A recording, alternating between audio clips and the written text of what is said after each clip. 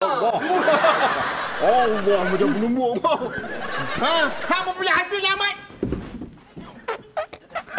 busuk.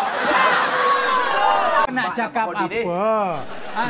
Engkau pun buat apa surat tergempar ni pun tak beritahu aku. Okey, fine.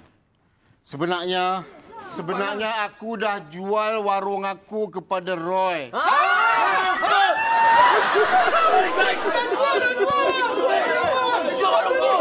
Pak Budi.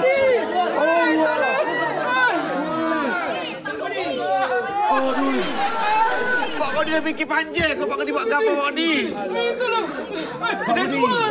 Dah 5 tahun Pak Budi berniaga Pak Budi. Roy, betul ke apa yang dia cakap ni? Ya. Ni buktinya surat. Kodi dah sign dah surat ni.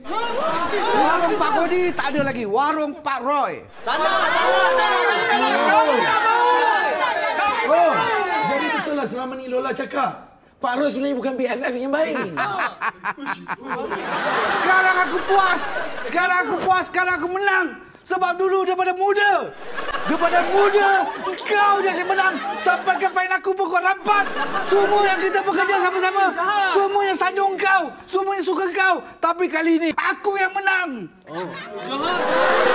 Oh, rupanya hang balik kampung ni semata-mata nak balas dendam pada aku. Allah. Allah macam penumbuk kau. Ha, hang punya hati yang amat busuk.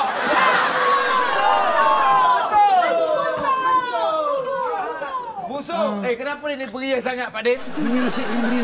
Bini Rashid ni beria betul lah. Kodi, macam mana kau boleh jual dekat Roy ni? Pandang ceritanya Osman. Kena mata lah Abang Osman jadi buta macam dia.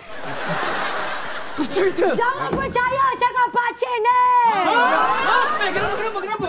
Untuk pengetahuan semua, surat tu